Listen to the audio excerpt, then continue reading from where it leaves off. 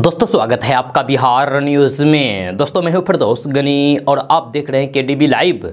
दोस्तों आज हो चुका है 17 मार्च। तो आज की बिहार की टॉप न्यूज़ लेकर आए हैं आपके लिए। तो चलो दोस्तों स्टार्ट करते हैं आज की पूरे बिहार की टॉप न्यूज़। दोस्तों आज की इस वीडियो में क्या होने वाला है हेडलाइन के माध्यम से जानते हैं। सबसे पहले आपको सावधान करना चाहता हूं क्योंकि अगर आपके पास भी आया है द कश्मीर फाइल मूवी का लिंक तो फिर भूल कर भी ना करें क्लिक, नहीं तो फिर हो सकते हैं आपके अकाउंट खाली और खाते से पैसे गायब। बिहार में टैक्स फ्री हुई the Kashmir files movie, deputy CM Tarkishore Prasad ने किया बड़ा ऐलान। बिहार बोर्ड ने जारी किया इंटर का रिजल्ट, 80% से अधिक छात्र हुए पास। बिहार में 12 साल से ऊपर के बच्चों का कोविड टीकाकरण शुरू, 56 लाख बच्चों को टीकाकरण का लक्ष्य। कटिहार में 2 महिलाओं समेत 3 की संदिग्ध परिस्थिति में मौत, जहरीली शराब से मौत होने की आशंका।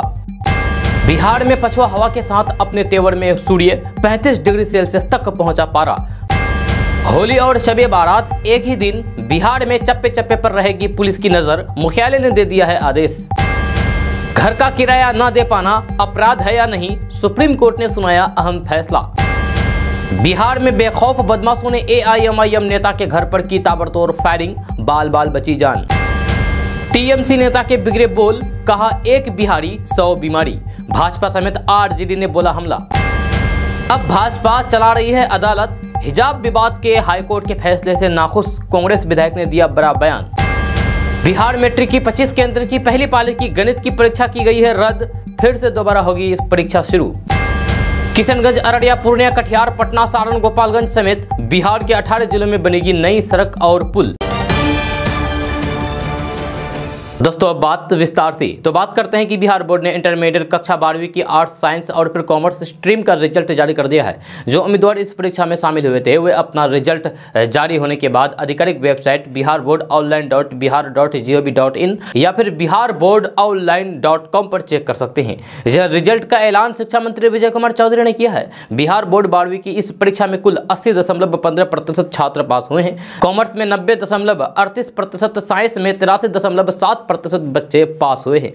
जब वही टॉपर की बात करें तो गोपालगंज के संगम राज आर्ट्स के टॉपर रहे हैं। कटिहार की श्रेया सेकंड टॉपर और मधेपुरा की रितिका टॉपर्स की श्रेणी में तीसरे स्थान पर रही है। रिजल्ट चेक करने के लिए छात्रों को अपना रोल नंबर दर्ज करना होगा। आपको बता दें कि बिहार बोर्ड इंटर की परीक्षाएं 1 फरवरी से 13 फरवरी 2022 तक आयोजित की गई थी, जिसमें करीब 13 लाख छात्र पास हुए थे। दोस्तों अब बात करते हैं कि बहुत चर्चित फिल्म द कश्मीर फाइल्स को बिहार में टैक्स फ्री कर दिया गया है। जब बुधवार को डिप्टी सीएम तारकिशोर प्रसाद ने इसकी घोषणा की है। डिप्टी सीएम और बिहार के वित्त मंत्री तारकिशोर प्रसाद ने विधान परिषद में कहा है कि कश्मीर फाइल को बिहार में टैक्स फ्री करने का फैसला लिया गया है। उन्होंने कहा है कि वित्त मंत्री तारकिशोर प्रसाद ने कहा है कि इस फिल्म की चर्चा सभी जगहों पर हो रही है। जब पीएम मोदी ने भी इसकी चर्चा की है। बैठक के बाद इसकी विधिवत घोषणा कर दी गई है। दरअसल विधानसभा और विधान परिषद में कश्मीर फाइल्स को टैक्स फ्री करने की मांग उठी थी। बिहार विधान परिषद में संजय मयूख ने मांग उठाई थी, जिसके बाद भाजपा के तमाम सदस्यों ने इस मांग का समर्थन किया है। डिप्टी सीएम द्वारा सिनेमा को बिहार में टैक्स फ्री करने की इस घोषणा के साथ ही पूरे सदन में भारत माता की जय के नारे लगने लगे। जहां इस पर विधान परिषद के सभापति ने कहा है कि इसके पहले भी एक फिल्म आई थी, उसे भी सदस्यों को दिखाया गया था, वह भी टैक्स फ्री थी। आपसे भी आग्रह है कि इस फिल्म को सभी सदस्यों के साथ दिखाया जाए। इस पर तारकिशोर प्रसाद ने कहा है कि इसे भी सदस्यों के साथ दिखाया जाएगा। दोस्तों बात करते हैं कि बिहार में 12 साल से ऊपर के बच्चों का कोरोना वैक्सीनेशन अभियान शुरू हो गया है। वैक्सीनेशन के लिए ऑनलाइन और ऑफलाइन दोनों प्रकार के रजिस्ट्रेशन की सुविधा उपलब्ध है। जब बिहार में 12 से 14 साल के बीच के बच्चों का कोरोना वैक्सीनेशन अभियान राजधानी पटना सहित पूरे बिहार में शुरू कर दिया गया है। जब बिहार में 56.26% बच्चों का कोरोना टीकाकरण लगाने का लक्ष्य है। पटना में अभियान की शुरुआत गुरु नानक भवन में स्थित वैक्सीनेशन सेंटर से किया गया है। जब बच्चों के वैक्सीनेशन के लिए ऑनलाइन और ऑफलाइन दोनों प्रकार के रजिस्ट्रेशन की सुविधा है। ऑनलाइन रजिस्ट्रेशन कोविन ऐप के माध्यम से जारी है। दोस्तों अब बात करते हैं कि किशनगंज जिला में स्वास्थ्य सुविधा की बेहतर व्यवस्था उपलब्ध कराने के नाम पर सिर्फ खानापूर्ति हो रही है। एक डॉक्टर पर 27,000 की आबादी निर्भर है। ऐसे में कल्पना की जा सकती है कि लोगों को कैसा स्वास्थ्य सेवा मिल पा रहा है। चिकित्सक पदाधिकारी की 158 पद में 85 पद खाली हैं। बात अगर किशनगंज जिले के कुल डॉक्टरों की करें तो फिर सिर्फ 75 डॉक्टरों के भरोसे लगभग 20 लाख की आबादी का इलाज हो रहा है। कहने को तो ग्रामीण इलाकों के लोगों को चिकित्सीय सुविधा मुहैया कराने के लिए प्राथमिक स्वास्थ्य स्वास्थ्य केंद्र से लेकर के अतिरिक्त स्वास्थ्य केंद्र और उप स्वास्थ्य केंद्र तक की व्यवस्था की गई है। लेकिन कागज पर दुरुस्त दिखने वाले इन केंद्रों की व्यवस्था धरातल पर पूरी तरीके से लचर नजर आती है। किशनगंज में ना ही उचित व्यवस्था और ना ही मरीजों के लिए आज भी सही बेड का इंतजाम है और न ही ग्रामीण क्षेत्र में दवा की व्यवस्था है। सरकारी व्यवस्था सेवा की बेहतर व्यवस्था की बात करें तो फिर थोड़ा बहुत सदर अस्पताल की व्यवस्था ही लोगों की जान बचाए हुए हैं। जब वहीं किशनगंज जिले में 2 रेफरल अस्पताल, 3 PHC, 4 CHC, 46 APHC और 259 उप स्वास्थ्य केंद्र बनाया गया है। किशनगंज जिले की जनसंख्या 2021 तक लगभग 20 लाख पहुंच चुकी है। लेकिन अफसोस है कि कुल 315 स्वास्थ्य केंद्र के होने के बावजूद भी मात्र 75 डॉक्टर हैं। दोस्तों बात करते हैं कि बिहार विधानसभा के स्पीकर विजय कुमार सिन्हा की सीएम नीतीश कुमार से नाराजगी दूर हो गई है। जब बुधवार को विजय कुमार सिन्हा तय समय पर सुबह 11 बजे सदन में पहुंचे और फिर आसन पर आए। इस दौरान विपक्षी सदस्यों की ओर से सीएम नीतीश कुमार को सदन में बुलाने और फिर आसन से माफी मांगने की मांग के बीच विजय सिन्हा ने कहा कि हमने सरकार को आपा खोते देखा है। सीएम नीतीश कुमार ने हमसे कहा कि हमारी भावना ऐसी नहीं थी, विधायिका की प्रतिष्ठा बरकरार रखेंगे। इस दौरान उन्होंने कहा कि कुछ भी ऐसा नहीं हो जिससे हम एक दूसरे से नजर मिलाने लायक नहीं रहे। इस दौरान विजय कुमार सिन्हा ने पूर्व प्रधानमंत्री अटल बिहारी वाजपेयी की कविता पढ़ करके अपने मनोभाव दर्शाए। उन्होंने कविता की पंक्तियां पढ़ी। विजय कुमार सिन्हा ने कहा है कि सीएम नीतीश कुमार ने उन्हें आश्वासन दिया है कि विधायिका की शक्ति को हर हाल में मजबूती देंगे और विधायक एवं लोकतंत्र के मंदिर की प्रतिष्ठा गिरने नहीं देंगे। उन्होंने कहा है कि होली के बाद 25 मार्च को विशेष अधिकार समिति की बैठक होगी। हालांकि विजय कुमार सिन्हा की बातों का विपक्ष पर कोई भी असर नहीं पड़ा, जब वह सीएम नीतीश कुमार को सदन में बुलाने और फिर आसन से माफी मंगवाने पर अड़े रहे।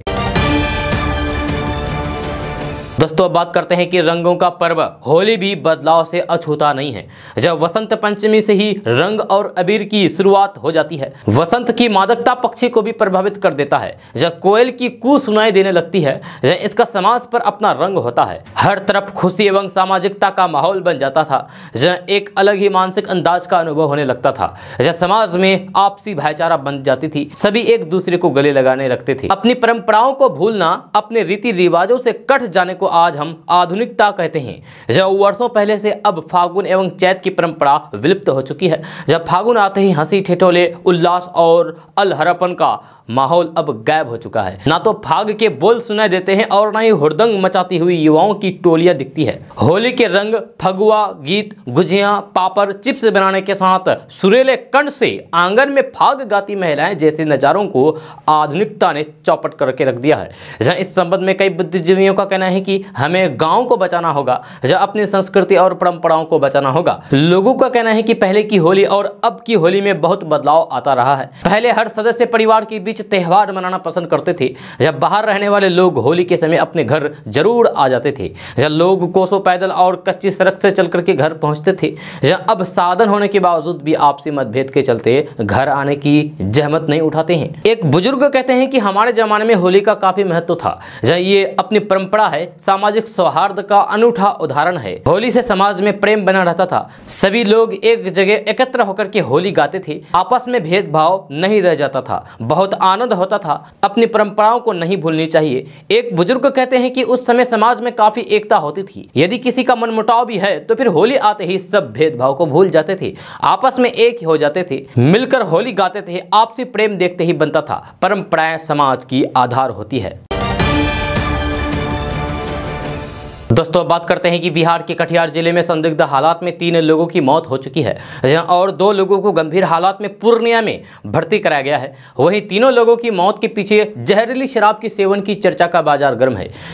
हालांकि जिला प्रशासन ने जहरीली शराब से मौत की बात नकार दिया है। फिलहाल शव को पोस्टमार्टम के लिए सदर अस्पताल भेज दिया गया है। डीएम ने कहा है कि पोस्टमार्टम रिपोर्ट आने के बाद ही मामला स्पष्ट हो पाएगा। आपको बता दें कि कटिहार जिला के कोरा थाना की जुराबगंज इलाके में पिछले 2 दिनों में एक के बाद एक 3 लोगों की संदिग्ध हालात में मौत हो गई है, जबकि 2 लोग गंभीर हालात में पूर्णिया में भर्ती है। जब मृतकों की पहचान अविनाश कुमार उम्र 28 साल, सुलोचना देवी उम्र 52 साल और रेखा देवी उम्र 48 साल के रूप में की गई है। जब तीनों की अचानक तबीयत बिगड़ने की वजह से मौत हो गई, जबकि 18 साल के विकास और फिर 25 साल के सचिन कुमार का पूर्णिया में प्राइवेट अस्पताल में इलाज चल रहा है। वहीं डीएम उदयन मिश्रा ने जहरीली शराब से मौत की बात को पूरी तरीके से बेबुनियादी बताया है। उन्होंने कहा कि जांच अधिकारियों से मिली प्रारंभिक रिपोर्ट के अनुसार सभी की मौत किसी न किसी बीमारी से होने की बात सामने आई है।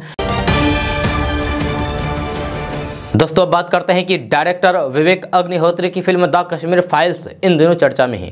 जब फिल्म सिनेमाघरों में अच्छा प्रदर्शन कर रही है, कश्मीरी पंडितों पर आधारित इस फिल्म को दर्शक काफी पसंद कर रहे हैं। हालांकि फिल्में ऑनलाइन लीक भी हो जाती है, ऐसे में लोग इंटरनेट लिंक के जरिए फिल्मों को डाउनलोड कर लेते हैं। वहीं द कश्मीर फाइल्स के जरिए साइबर क्रिमिनल्स लोगों से ठगी भी कर लेते हैं। यह साइबर क्रिमिनल फिल्म के लिंक को फ्रॉड करने का नया हथियार बना लिया है। पुलिस ने भी लोगों को इस बारे में सतर्क किया है। दरअसल साइबर क्रिमिनल्स लोगों को फ्री में द कश्मीर फाइल्स दिखाने का लालच देकर के धोखाधड़ी कर रहे हैं।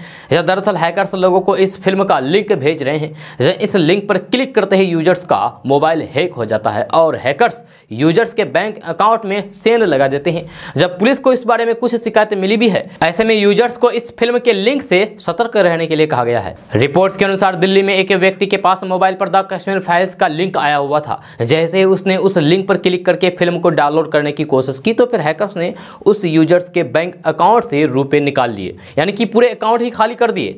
जैसे साइबर अपराधी लोगों को फ्री में फिल्म दिखाने का झांसा देकर के लिंक भेज रहे हैं। जब यूजर्स उस लिंक को ओपन कर रहे हैं, यानी कि उस लिंक पर क्लिक कर रहे हैं, तो फिर आरोपी मोबाइल को हैक करके खातों से रुपए निकाल रहे हैं। साइबर एक्सपर्ट्स का कहना है कि किसी भी अनजान लिंक पर क्लिक बिल्कुल भी नहीं करना चाहिए। जहां हैकर्स ऐसे लिंक भेज करके लोगों को तरह तरह का झांसा देते हैं। उस लिंक पर क्लिक करने से यूजर्स के मोबाइल का डेटा लीक होने का खतरा रहता है। जहां इसके साथ ही किसी से भी निजी जानकारी या फिर बैंक खाते से संबंधित जानकारी शेयर ना करें। एक्सपर्ट का कहना है कि कई बार हैकर्स किसी तरीके से सर्वे के नाम पर यूजर्स की निजी जानकारी हासिल करके बैंक अकाउंट में सेंध लगा सकते हैं। दोस्तों बात करते हैं कि बिहार में रहने वाले लोगों के लिए राजधानी पटना से अच्छी खबर सामने आ रही है। ताजा रिपोर्ट्स के मुताबिक बिहार के पटना, सारण, गोपालगंज समेत 18 जिलों में नई सड़क और पुल का निर्माण कार्य होने वाला है। इसको लेकर के तैयारी शुरू कर दी गई है। खबर के अनुसार बिहार कैबिनेट की बैठक में 10 जिलों में नए पुल और 18 जिलों में नई सड़क बनाने के प्रस्ताव पर मुहर लग गई है। इसके लिए सरकार को कुल 1302 करोड़ रुपए का खर्च आएगा। इसके लिए सरकार नाबार्ड से 653 करोड़ रुपए का ऋण लेगी। आपको बता दूं कि बिहार के सारण, गोपालगंज, भोजपुर, जहानाबाद, पटना, सिवान, दरभंगा, कटिहार, गया और मधुबनी जिले में पुल का निर्माण किया जाएगा। इसके लिए सरकार के द्वारा कुल 103 करोड़ रुपए खर्च किया जाएगा। वहीं बिहार के आरा, पटना, शेखपुरा, मधुबनी, झंझारपुर, बेगूसराय, समस्तीपुर, दरभंगा, गोपालगंज, सीतामढ़ी, किशनगंज, कटिहार, बेतिया, मोतिहारी, सहरसा, खगड़िया, पूर्णिया और अररिया में कुल 718 करोड़ की लागत से नई सड़कों का निर्माण किया जाएगा। दोस्तों बात करते हैं कि बिहार में नर्स बनने की चाहत रखने वाले लोगों के लिए राजधानी पटना से अच्छी खबर सामने आ रही है। ताजा रिपोर्ट्स के मुताबिक बिहार में नर्स के 8853 पदों पर भर्ती की जाएगी।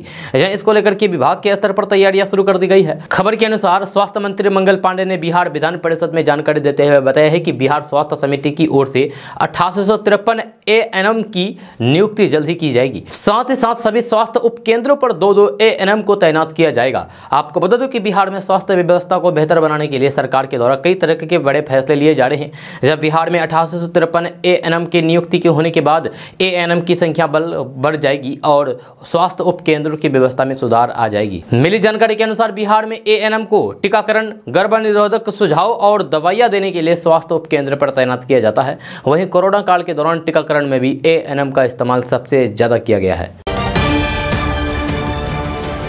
दोस्तों बात करते हैं कि कश्मीरी पंडितों के पलायन की कहानी पर आधारित निर्देशक विवेक अग्निहोत्री की film the Kashmir files box office पर जबरदस्त प्रदर्शन कर रही है। जब फिल्म ने 4 दिनों में 42 करोड़ रुपए का बिजनेस कर लिया है। खास बात यह है कि पहले सोमवार के कलेक्शन के मामले में फिल्म में सूर्यवंशी और तानाजी जैसी ब्लॉकबस्टर फिल्मों को भी पीछे छोड़ दिया है। द कश्मीर फाइल्स ने सोमवार को यानी कि चौथे दिन 15 करोड़ का कलेक्शन किया है। जब फिल्म की अपार सफलता को देखते हुए कई शहरों में इसके शोज बढ़ा दिए गए हैं। वहीं कई राज्यों में फिल्म टैक्स फ्री भी हो चुकी है। हाल ही में बॉलीवुड के मिस्टर परफेक्शनिस्ट आमिर खान ने भी फिल्म पर प्रतिक्रिया दी है। अपने जन्मदिन के मौके पर आमिर खान मीडिया से रूबरू हुए थे। जब उनके द कश्मीर फाइल्स पर पूछा गया तो फिर उन्होंने कहा कि वास्तव में मैंने अभी फिल्म नहीं देखी है, लेकिन मैंने सुना है कि फिल्म बहुत सफल है। जब उनके द कश्मीर फाइल्स पर पूछा गया तो उन्होंने कहा कि वास्तव में मैंने अभी फिल्म नहीं देखी है, लेकिन मैंने सुना है कि फिल्म बहुत अच्छी है, बहुत सफल है। जब पूरी टीम को मेरी बधाई। दोस्तों बात करते हैं कि देश में कहीं भी चुनाव हो, बिहारियों को गाली देना हर पॉलिटिकल पार्टी के लिए फैशन बन गया है। कुछ दिन पहले ही पंजाब में सत्ता पर बैठी कांग्रेस के सीएम चरणजीत सिंह चन्नी ने बिहारियों को राज्य में आने पर रोक लगाने की बात कही थी।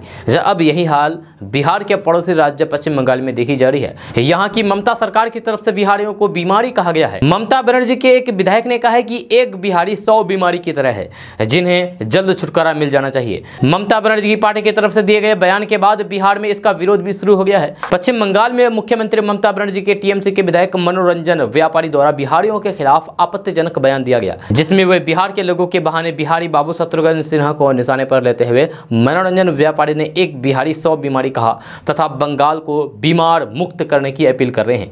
जहां उनके बयान का वीडियो इंटरनेट मीडिया पर वायरल हो रहा है, जिसके बाद अब बिहार में इन बयान का विरोध शुरू हो गया है। दोस्तों अब बात करते हैं कि कर्नाटक हाईकोर्ट के फैसले पर कांग्रेस विधायक ने विवादित बयान दिया है। जब उनके मुताबिक अब अदालत को भी भाजपा पार्टी चला रही है। वहीं रक्षा मंत्री ने न्यायालय के फैसले को सभी को स्वागत करने की बात कही है। हिजाब के विषय पर आए कर्नाटक हाईकोर्ट के ऐतिहासिक फैसले के बाद मंगलवार को झारखंड के कांग्रेस विधायक इरफान अंसारी ने यह टिप्पणी करके लोगों को अचंभित कर दिया है कि अब कोर्ट भी भाजपा ही चला रही है। जब कर्नाटक हाईकोर्ट ने छात्रों के स्कूल में हिजाब पहनकर जाने के विवाद पर आज अपना ऐतिहासिक फैसला सुनाया है। हाईकोर्ट की पूर्ण पीठ ने कहा है कि हिजाब पहनना इस्लाम का अभिन्न अंग नहीं है तथा स्कूल और कॉलेज में हिजाब पहनने पर रोक जारी रहेगी। इस फैसले के बाद कई लोगों द्वारा उस पर प्रतिक्रिया भी आया है, जहां इसमें कांग्रेस विधायक इरफान अंसारी भी शामिल है। दोस्तों बात करते हैं कि बिहार की राजधानी पटना से अच्छी खबर सामने आ रही है। ताज़ा रिपोर्ट्स के मुताबिक बिहार लोक सेवा आयोग में 100 से अधिक पदों पर भर्ती निकली है। इसके लिए आयोग की आधिकारिक वेबसाइट पोर्टल पर नोटिस भी जारी किया गया है। इच्छुक उम्मीदवार प्रकाशित नोटिफिकेशन को अच्छी तरीके से पढ़ें और अपनी योग्यता के अनुसार आवेदन करें। जब बिहार लोक सेवा आयोग के इन पदों पर आवेदन करने के लिए किसी भी मान्यता प्राप्त संस्थान से ग्रेजुएट, मास्टर डिग्री, पीजी की डिग्री आदि होनी चाहिए। इन पदों पर ऑनलाइन आवेदन करने की अंतिम तिथि 6 अप्रैल 2022 तक निर्धारित किया गया है, जहां आप फटाफट अभी आवेदन कर दें। आवेदन करने के लिए वेबसाइट है www.bpsc.bih.nic.in/। दोस्तों बात करते हैं कि पूर्वी चंपारण के मोतिहारी अनुमंडल के 25 परीक्षा केंद्रों की मैट्रिक की प्रथम पाली की गणित की परीक्षा रद्द कर दी गई है। रद्द की गई गणित की परीक्षा 17 फरवरी को पहली पाली में हुई थी, जब पूर्ण परीक्षा 24 मार्च को पहली पाली में होगी। मोतिहारी अनुमंडल के 25 परीक्षा केंद्रों की मैट्रिक की प्रथम पाली की गणित की परीक्षा रद्द करने की कार्रवाई पूर्वी चंपारण के जिलाधिकारी की रिपोर्ट पर हुई है। दोस्तों बात करते हैं कि कश्मीरी पंडितों के साथ हुए अन्याय पर बनी फिल्म द कश्मीर फाइल्स को एक तरफ जहां अच्छा खासा रिस्पांस मिल रहा है, वहीं दूसरी तरफ कई जगहों पर इसे बैन करने की मांग उठ रही है। जहां तर्क दिया जा रहा है कि इस फिल्म से सांप्रदायिक तनाव बढ़ सकता है। जहां इसी क्रम में असम के सांसद बदरुद्दीन अजमल ने कहा है कि मैंने द कश्मीर फाइल्स नहीं देखी है। उन्होंने कहा है कि केंद्र सरकार, असम सरकार को इस पर प्रतिबंध लगाना चाहिए, क्योंकि इससे सांप्रदायिक तनाव होगा। जहां आज के भारत में स्थिति एक जैसी नहीं है। कश्मीर के अलावा कई घटनाएं भी हुई है, जिसमें असम में नेल्ली की घटनाएं भी शामिल है। जब पूरे देश में फिल्म कश्मीर फाइल्स को लेकर के क्रेज है, सोशल मीडिया के हर प्लेटफॉर्म पर इसी फिल्म की चर्चा है। कई राज्यों में इसे टैक्स फ्री करने की मांग की जा रही है, तो कई राज्यों में टैक्स फ्री कर दिया जा चुका है। इस बीच असम के मुख्यमंत्री हेमंत बिस्वा शर्मा ने ऐलान किया है कि राज्य के सरकारी कर्मचारियों को द कश्मीर फाइल्स फिल्म देखने के लिए आधे दिन का विशेष छुट्टी दिया जाएगा। कर्मचारियों को इसके बारे में वरिष्ठ अधिकारियों को सूचित करना है और फिर अगले दिन फिल्म का टिकट दिखाना होगा। दोस्तों बात करते हैं कि मध्य प्रदेश के भोपाल से बीजेपी की सांसद साध्वी प्रज्ञा ठाकुर ने बड़ा बयान देते हुए कहा है कि मुझे लगता है कि पूरे मुस्लिम वर्ग ने हमें दुश्मन मान लिया है। संवाददाताओं से बात करते हुए साध्वी प्रज्ञा ठाकुर ने कहा है कि जिस प्रकार से कांग्रेस ने हमारे ऊपर मालेगांव विस्फोट प्रकरण का आरोप लगाया है, उसके बाद से पूरे मुस्लिम वर्ग ने हमें एक तरह से दुश्मन मान लिया है। जहां उन्होंने हमें टारगेट किया है और बार बार निरंतर हमारे पास धमकी भरे फोन आते हैं। आपको ध्यान होगा कि पत्र में हमें उनको विस्फोटक सामग्री भेजी थी। साध्वी प्रज्ञा ठाकुर ने आगे कहा है कि एक बार ऐसा हुआ था कि उन्होंने हमें संदेश भेजा था, जिसमें मोदी जी, अमित शाह जी, योगी जी और मेरी फोटो के सामने उन्होंने क्रॉस किया था, पिस्तल छापी थी और संकेत दिया था कि हम तुम्हें मार देंगे, और पत्र भी भेजे थे। लेकिन उन सभी मामलों में मैंने कार्रवाई की है। जब पिछली बार भी मैंने आपको बताया था कि उन्होंने गंदी फिल्म भेजनी थी। साध्वी प्रज्ञा ठाकुर ने कहा है कि ऐसे लोग डराने का प्रयास करते हैं और लोग डरते हैं, भयभीत होते हैं। मुझे लगता है कि डर से काम नहीं चलने वाला है। ऐसे लोगों का सामना करना चाहिए, उन्हें पराजित करना चाहिए। दोस्तों अब बात करते हैं कि बिहार में बेखौफ हो चुके अपराधी एक के बाद एक आपराधिक वारदातों को अंजाम देकर के पुलिस को खुली चुनौती दे रहे हैं। जब ताजा मामला बिहार के सीतामढ़ी जिले का है, जहां अपराधियों ने AIMIM के युवा जिला उपाध्यक्ष पर जानलेवा हमला कर दिया। जहां घटना बैरगनिया थाना क्षेत्र के पताही चौक की है, जहां सोमवार की देर रात अपराधियों ने AIMIM नेता के घर पर अंधाधुंध फायरिंग की। जहां फायरिंग की इस घटना से इलाके में हरकत मच गया है। बताया जा रहा है कि सोमवार की देर रात बाइक सवार 6 अपराधियों ने AIMIM के सीतामढ़ी युवा जिला उपाध्यक्ष मोहम्मद सद्दाम खान के घर पर ताबड़तोड़ फायरिंग की। जहां हालांकि इस घटना में कोई भी हताहत नहीं हुआ है।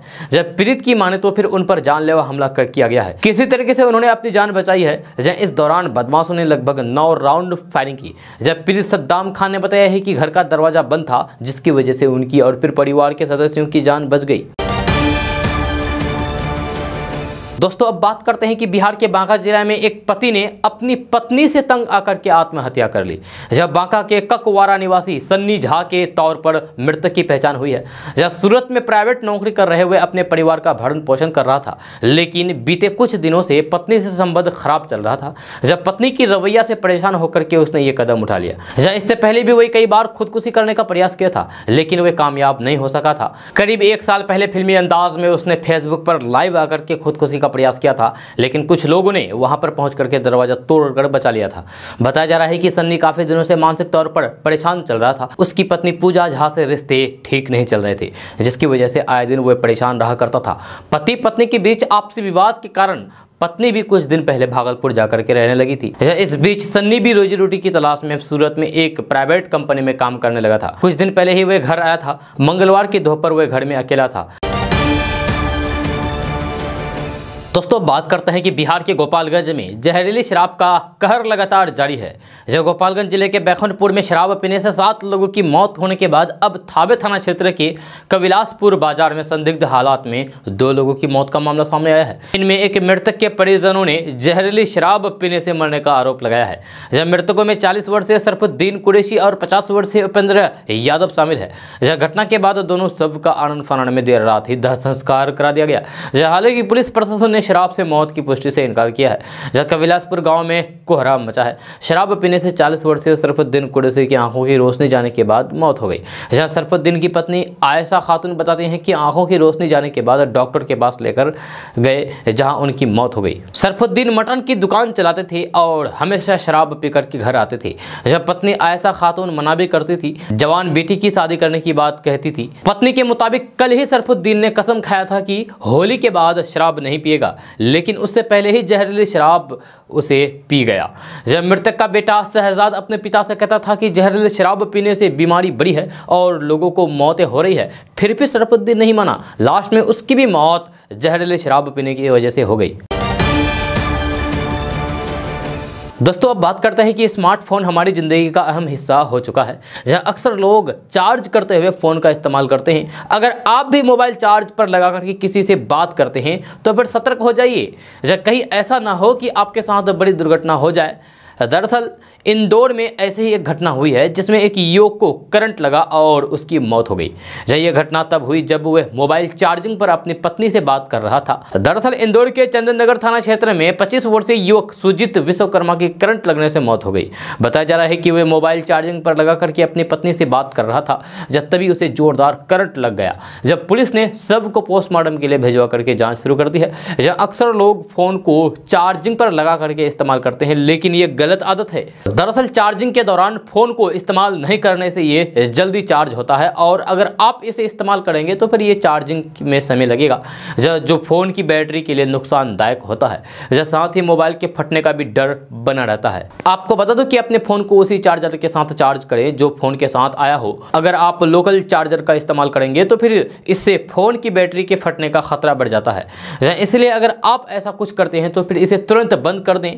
हम लोग अक्सर दिन भर फ़ोन का इस्तेमाल करते हैं और रात को सोते समय उसे चार्जिंग पर लगा देते हैं, लेकिन ये गलत आदत है। दरअसल रात को चार्जिंग पर लगा करके फ़ोन 100% चार्ज हो जाता है, जो नुकसानदायक है। साथ ही रात में चार्जिंग से ये 100% से भी ज़्यादा चार्ज होता है। इससे फ़ोन की बैटरी बहुत जल्दी ख़राब हो सकती है। इतना ही नहीं, ख़राब क्वालिटी की बैटरी तो कभी कभी पूरी रात चार्जिंग में ही फट जाती है। दोस्तों अब बात करते हैं कि सुप्रीम कोर्ट ने मंगलवार को किराया न दे पाने के एक मामले में अहम फैसला सुनाया है। सुप्रीम कोर्ट ने मामले की सुनवाई करते हुए कहा है कि किसी मजबूरी के चलते अगर कोई किराया नहीं दे सका तो फिर उसने कोई अपराध नहीं किया है। साथ ही सुप्रीम कोर्ट ने एक मकान मालिक की इसी मामले में दर्ज की गई याचिका को भी खारिज कर दिया है। जस्टिस संजीव खन्ना और जस्टिस बेला एम त्रिवेदी की बेंच ने सुनवाई करते हुए कहा है कि अगर किराएदार किसी मजबूरी के चलते बकाया किराए की रकम नहीं देता है तो फिर हमारा मानना है कि ये कोई क्राइम नहीं है। भले ही शिकायत में दिए तथ्य सही हो, जब किराया ना चुका पाने पर कानूनी कार्रवाई हो सकती है, लेकिन आईपीसी के तहत केस दर्ज नहीं होगा। बेंच ने कहा है कि केस में धारा 415 धोखाधड़ी और धारा 403 संपत्ति का बेईमानी के दुरुपयोग के तहत अपराध को साबित करने वाली जरूरी और फिर बेबुनियादी बातें गायब है। कोर्ट ने मामले से जुड़ी एफआईआर भी रद्द कर दी है। जहां इसके पहले यह मामला इलाहाबाद हाई कोर्ट के पास था, लेकिन कोर्ट ने अपीलकर्ता के खिलाफ एफआईआर रद्द करने से इनकार कर दिया था। दोस्तों बात करते हैं कि बंगाल में ममता बनर्जी की पार्टी के एक नेता ने एक जनसभा में अपने बिहार विरोधी बयान से विवाद खड़ा कर दिया है। जब टीएमसी की विधायक मनोरंजन व्यापारी ने बिहार के लोगों को बीमारी कह करके संबोधित किया है। जब सोशल मीडिया पर उनका वीडियो वायरल होने के बाद विवाद खड़ा हो गया है। वीडियो में उन्होंने कहा है कि बिहारी एक बीमारी है और बंगाल को बीमारी मुक्त होना चाहिए। मनोरंजन व्यापारी ने हाल ही में कोलकाता में आयोजित पुस्तक मेले में कहा है कि यदि आपकी रगों में बंगाली खून बहता है, यदि आपकी रगों में खुदीराम और नेताजी का खून दौड़ता है और यदि आप अपनी मातृभाषा और मातृभूमि से प्यार करते हैं तो फिर आपको जोर से चिल्लाना होगा और कहना होगा कि एक बीमारी 100 बिहारी, यानी कि बिहार का एक व्यक्ति 100 बीमारियों के बराबर है। हमें बीमारियां नहीं चाहिए, बंगाल को रोग मुक्त बनाएं। जय बांग्ला, जय दीदी ममता बनर्जी, यही ये बातें कही है। दोस्तों बात करते हैं कि द कश्मीर फाइल्स फिल्म की हर ओर सराहना हो रही है। विवेक अग्निहोत्री की इस फिल्म की प्रशंसा प्रधानमंत्री नरेंद्र मोदी भी कर चुके हैं। इसमें कश्मीरी पंडितों पर हुए जुल्म का चित्रण किया गया है। बिहार में भी इसे टैक्स फ्री कर दिया गया है। इस बीच पूर्व मुख्यमंत्री और हिंदुस्तानी अवाम मोर्चा के राष्ट्रीय अध्यक्ष जीतन राम मांझी ने इस फिल्म के बहाने अजीबोगरीब बयान दिया है। एक तरह से अलग ही राग अलापा है, जहाँ उन्होंने इस फिल्म की सराहना करने वालों पर सवाल उठा दिया है। उन्होंने कहा है कि कश्मीरी पंडितों के लिए आंसू बहाते हैं, लेकिन महिलाओं, दलितों और आदिवासियों की पीड़ा उन्हें नहीं दिखती है। जीतन राम मांझी ने ट्वीट करते हुए कहा है कि हम उस समाज में जी रहे हैं जहां दशकों बाद कश्मीरी पंडितों के अत्याचार पर आंसू बहाने वाले मिल जाते हैं, लेकिन हर रोज उन्हीं आंसू बहाने वालों के घरों में आस पड़ोस में दलितों, आदिवासियों और महिलाओं पर जुल्म होते हैं और उनसे आह तक नहीं निकलती है। ऐसे चरित्र के लोगों को क्या कहा जाए। दोस्तों बात करते हैं कि बिहार पुलिस मुख्यालय ने होली और शब बारात को लेकर के सभी जिलों की पुलिस को अतिरिक्त सतर्कता बरतने को कहा है। जब पर्वों के शांतिपूर्ण समापन और सांप्रदायिक स्मृरता बनाए रखने के लिए अतिरिक्त पुलिस बलों की तैनाती भी की गई है। जिलों में पहले से तैनात पुलिस बल के अलावा बिहार विशेष सशस्त्र पुलिस की कुल 15 कंपनियों की तैनाती की गई है। इनके अलावा जगह जगह 13,000 से भी अधिक लाठी बल की प्रतिनियुक्ति की जा रही है। संवेदनशील स्थानों पर अतिरिक्त केंद्रीय अर्धसैनिक बलों की प्रतिनियुक्ति करने का निर्देश भी दे दिया गया है। दोस्तों बात करते हैं कि जहां एक और कर्नाटक हाईकोर्ट ने कहा है कि हिजाब इस्लाम में अनिवार्य प्रथा नहीं है और शैक्षणिक संस्थानों में इस पर प्रतिबंध जारी रहेगा। वहीं दूसरी ओर बुर्का पक्ष ने अब सर्वोच्च न्यायालय यानी कि सुप्रीम कोर्ट का दरवाजा खटखटाया है। सुप्रीम कोर्ट ने कर्नाटक हाईकोर्ट के फैसले के खिलाफ याचिका दाखिल कर दी गई है। याचिकाकर्ता एक मुस्लिम छात्रा है जिसने कर्नाटक हाईकोर्ट में भी याचिका लगाई थी, जहां इस्लामी संगठन अदालत के फैसले का विरोध कर रहे हैं। सुप्रीम कोर्ट में दाखिल की गई याचिका में कहा गया है कि कर्नाटक हाईकोर्ट ये समझने में अक्षम रहा है कि हिजाब पहनना प्राइवेसी के अधिकार के अंतर्गत आता है, जो संविधान के अनुच्छेद 21 का हिस्सा है। साथ ही उसमें अंतकरण का आज़ादी को भी इसी का एक हिस्सा कहा गया है। साथ ही इस याचिका में हिजाब को अभिव्यक्ति के अंतर्गत बताते हुए कहा गया है कि संविधान की अनुच्छेद 19(a) के तहत इसकी सुरक्षा दी गई है। वहीं कर्नाटक के पूर्व सीएम BS येदियुरप्पा ने कहा है कि कर्नाटक हाईकोर्ट के फैसले ने एक बार फिर से साबित कर दिया है कि धर्मों और फिर इसकी आस्थाओं से हमारा संविधान ऊपर है। दोस्तों बात करते हैं कि बिहार का मौसम तेजी से बदल रहा है। मौसम विज्ञान केंद्र पटना के अनुसार बृहस्पतिवार तक यानी कि आज तक बिहार के दिन और फिर रात के तापमान में कोई विशेष बदलाव नहीं होगा। इसके बाद शुक्रवार के दिन और फिर रात के तापमान में 2 से 4 डिग्री सेल्सियस तक की बढ़ोतरी देखने को मिलेगी। जब बिहार में मौसम के तेवर बदल चुके हैं, बढ़ता तापमान मार्च के महीने में ही लोगों को सताने लगा है। यहाँ दिन का पारा 33 से 35 डिग्री सेल्सियस तक पहुँच गया है। हालांकि रात में अभी तापमान ठीक है। आने वाले 5 दिनों की बात कर तो फिर देर बिहार का मौसम शुष्क और आसमान साफ बना रहेगा, लेकिन बिहार का पारा 36 डिग्री सेल्सियस तक भी जाने का पूर्वानुमान है। मौसम विभाग के मुताबिक पछुआ हवा के साथ ही सूर्य भी अपने तेवर में है। अब इसी तरह धीरे धीरे तापमान में आगे भी बढ़ोतरी होगी। दोस्तों बात करते हैं कि बिहार में एक ऐसा गांव है जहां फूलों की होली होती है। जब लोग रंग और गुलाल की जगह एक दूसरे पर फूलों की पंखुड़ियां बरसाते हैं। जब बिहार के पूर्वी चंपारण के हरसिद्ध प्रखंड के भादा गांव में बीते 3 वर्षों से ऐसी होली खेली जा रही है। जब कहीं गेंदे का फूल बरसाता है तो फिर कहीं गुलाब का फूल। जब फूलों की खुशबू से होली का एक अलग रंग दिखता है, खान पान में भी सात्विक रूप दिखता है। ग्रामीण इस दिन मांसाहार से परहेज करते हैं। इस गाँव के लोग भी रंग और गुलाल से होली खेलते थे। साल 2018 में 14 वर्षीय सचिन कुमार के मुंह पर दोस्तों ने इतना रंग और गुलाल लगा दिया कि वह बेहोश हो गया। जब होली के दिन छुट्टी होने के कारण घर वालों को इलाज के लिए काफी परेशानी होना पड़ा था। जब काफी मशक्कत के बाद उसकी जान बच पाई थी। तब से गांव के लोगों ने आम सहमति से निश्चित कर लिया है कि वे रंग और गुलाल की होली नहीं खेलेंगे। फूलों की होली में सभी शामिल होते हैं। जब 12 बजे के बाद लोग गांव भ्रमण के लिए निकलते हैं। जब इस दौरान एक दूसरे के सिर पर पुष्प छिड़कते और फिर सूखा मेवा खिला करके गले मिलते हैं। फूलों की होली में लोगों का उत्साह कम नहीं होता है। जब बच्चे रंगीन टोपी पहनते हैं, जब हाथों में प्लास्टिक की जगह बांस की पिचकारी होता है, जब उनमें रंग की जगह पानी भरा रहता है। 3 बजे के बाद बूढ़े बच्चे और जवानों की टोली झाल ढोल और लेकर के घर घर घूमते गाते हैं। जब देर रात चौथा के साथ होली का विसर्जन किया जाता है। करीब 1000 की आबादी वाले इस गाँव में होलिका दहन की रात लोग अपने अपने घरों से एक मुट्ठा पुआल लेकर के किसी 3 मुहाने पर पहुंचते हैं, जहां वहां होलिका दहन की रस्म निभाते हैं। ग्रामीणों का मानना है कि इस तरह की होली से पानी की बचत के साथ पर्यावरण की भी दूषित नहीं होता है। दोस्तों बात करते हैं कि अस्पतालों की ओपीडी में बच्चों में गर्दन और पीठ में तेज दर्द के शिकायतों के मामले में 50% की वृद्धि देखी गई है।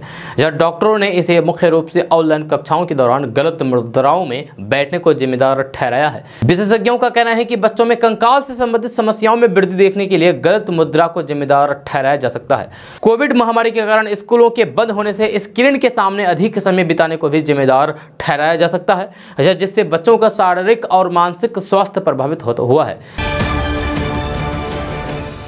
दोस्तों बात करते हैं कि बिहार में भ्रष्टाचारियों की अब खैर नहीं है। जहां भ्रष्टाचार के खिलाफ कार्रवाई करने वाली विभिन्न एजेंसियां लगातार यही मैसेज देने में लगी है।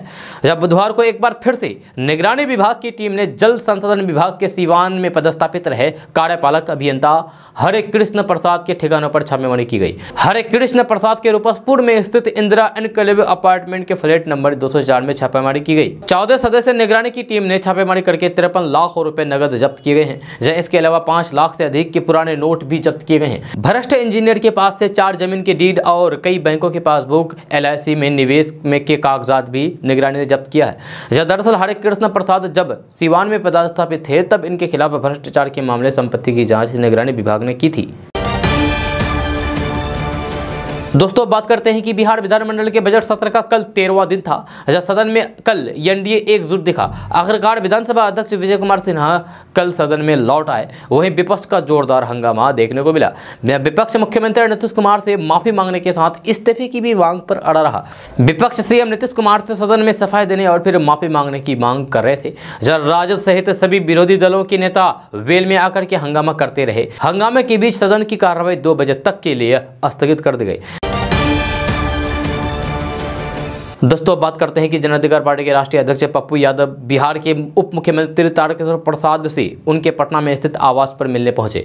जब मुलाकात के बाद पप्पू यादव ने इसे सिर्फ एक औपचारिक मीट बता दिया है और साथ ही कहा है कि डिप्टी सीएम तारकिशोर प्रसाद बहुत ही सरल स्वभाव के व्यक्ति हैं। आपको बता दें कि पप्पू यादव ने इस औपचारिक मुलाकात को लेकर के कहा है कि उप मुख्यमंत्री तारकिशोर प्रसाद से कई बिंदुओं पर सार्थक बातचीत हुई है। जहाँ उनसे ये जिला अनुमंडल प्रखंड सृजन करने, वार्ड नंबर 29 दरभंगा नगर निगम में अनियमितता, दरभंगा मेडिकल कॉलेज के गेट पर जलाए गए दुकान की जांच और मुआवजा और महुआ नगर परिषद के 10 एवं 11 में स्ट्रीट लाइट एवं जल नल योजना से संबंधित में बातचीत की गई।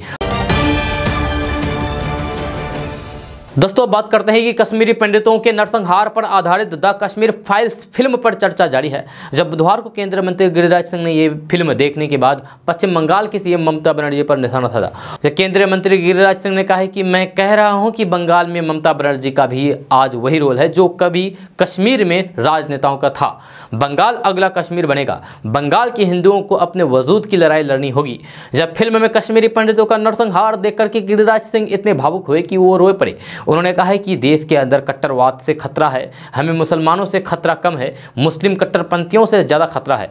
गिरिराज सिंह ने कहा है कि जो लोग आज द कश्मीर फाइल्स को बैन करने की मांग कर रहे हैं वे देश को गुमराह करने की कोशिश कर रहे हैं। इसे गाँव की चौपाल तक दिखाना चाहिए। उन्होंने कहा है कि ये फिल्म नहीं होती तो फिर देश कश्मीर का सच नहीं जान पाता। उन्होंने सभी से इसे देखने की अपील की है और फिल्म मेकर्स से कहा है कि इसे गाँव-गाँव तक दिखाना चाहिए। गिरिराज सिंह ने कहा है कि लाखों पंडितों की दुर्दशा पर उनके आंसू सूख गए थे जहां इस फिल्म ने उनके रोंगटे खड़े कर दिए हैं। इस फिल्म के जरिए तृष्टिकरण की राजनीति का खेल सबके सामने आ गया है।